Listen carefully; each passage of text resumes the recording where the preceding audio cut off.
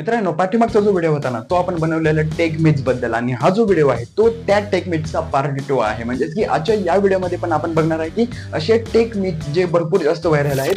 तर मित्रांनो, आणखी एका नवीन आणि शानदार व्हिडिओमध्ये तुमच्या सर्वांचं आणखी एकदा स्वागत आहे. पहिला आणि सगळ्यात जास्त व्हायरल टेक मिथ हा आहे की डोंट ओव्हरनाईट चार्जिंग. म्हणजे की तुम्ही तुमच्या स्मार्टफोनला रात्रभर जर का चार्जिंग लावलं तर तुमचा जो स्मार्टफोन आहे तो ब्लास्ट होईल. तुमच्या स्मार्टफोनची जी बॅटरी आहे त्याला भरपूर जास्त साईड इफेक्ट होईल.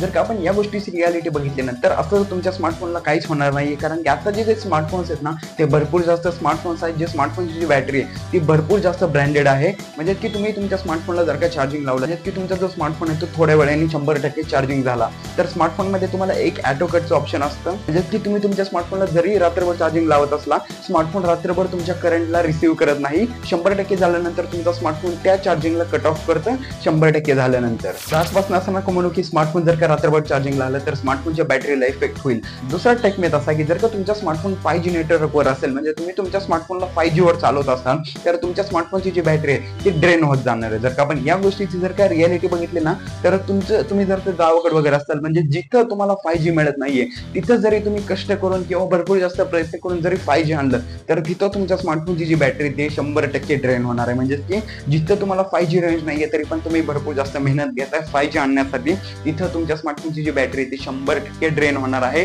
म्हणजे की जिथं 5G रेंज नाही तिथं स्मार्टफोनला जास्त वापरू नका.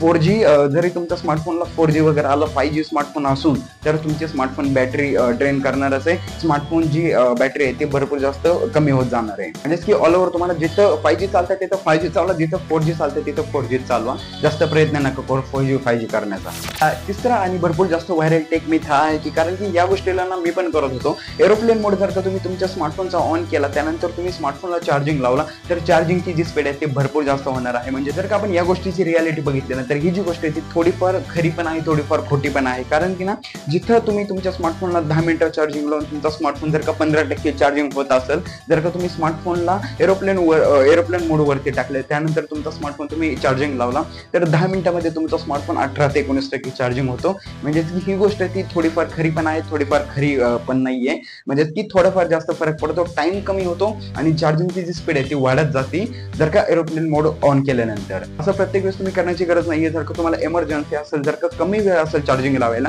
तर एरोप्लेन मोड तुम्ही त्यावेळेस टाकू शकता आणि 2-3% जी स्पीड आहे चार्जिंगची ती तुम्ही वाढवू शकता. आणि आता जो पुढचा टेक मिथ आहे ना, तो आपण पहिल्या जो टेक मिथचा जो पार्ट 1 आहे ना, त्यामध्ये पण बघितलेला आहे. जर का तुम्ही तुमच्या स्मार्टफोनला ऍप्लिकेशनला वगैरे यूज केला, जरी तुमच्या स्मार्टफोनच्या बॅकग्राऊंड ऍप्लिकेशनला तुम्ही कट करत नसताल, क्लीन करत नसताना, तरी तुम्हाला आता काळजी करण्याची गरज नाहीये.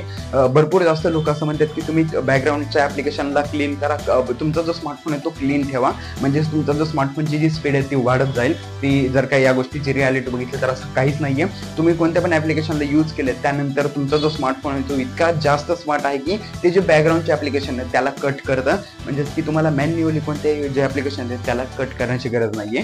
ते ऑटोमॅटिकली तुमच्या स्मार्टफोनच्या ऍप्लिकेशनला यूज करून झालं. जसं तुम्ही तुमच्या ऍप्लिकेशनवरून एक्झिट होता, तसं तुमचा स्मार्टफोन त्या ऍप्लिकेशनला बॅकग्राऊंडचं रन करणं बंद करतं. मॅन्युअली तुम्हाला कोणत्याही ऍप्लिकेशनला वगैरे कट करण्याची गरज नाहीये.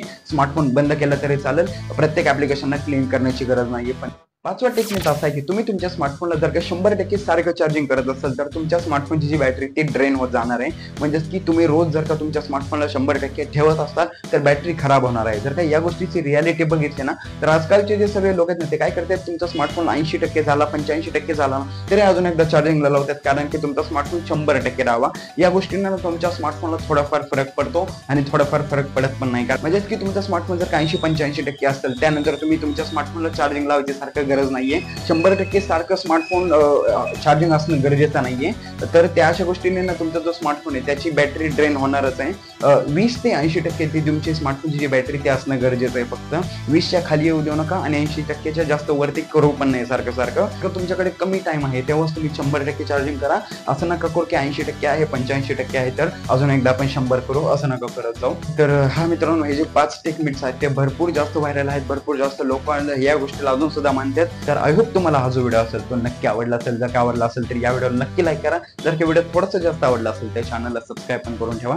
भेटूया आता नेक्स्ट व्हिडिओ कॉन्टेंट सोबत. तोपर्यंतसाठी नक्की लक्ष ठेवा आपल्या भावाला. मला कमेंट मध्ये नक्की सांगा की याचा पार्ट 3 आणायचा का नको. Bye bye.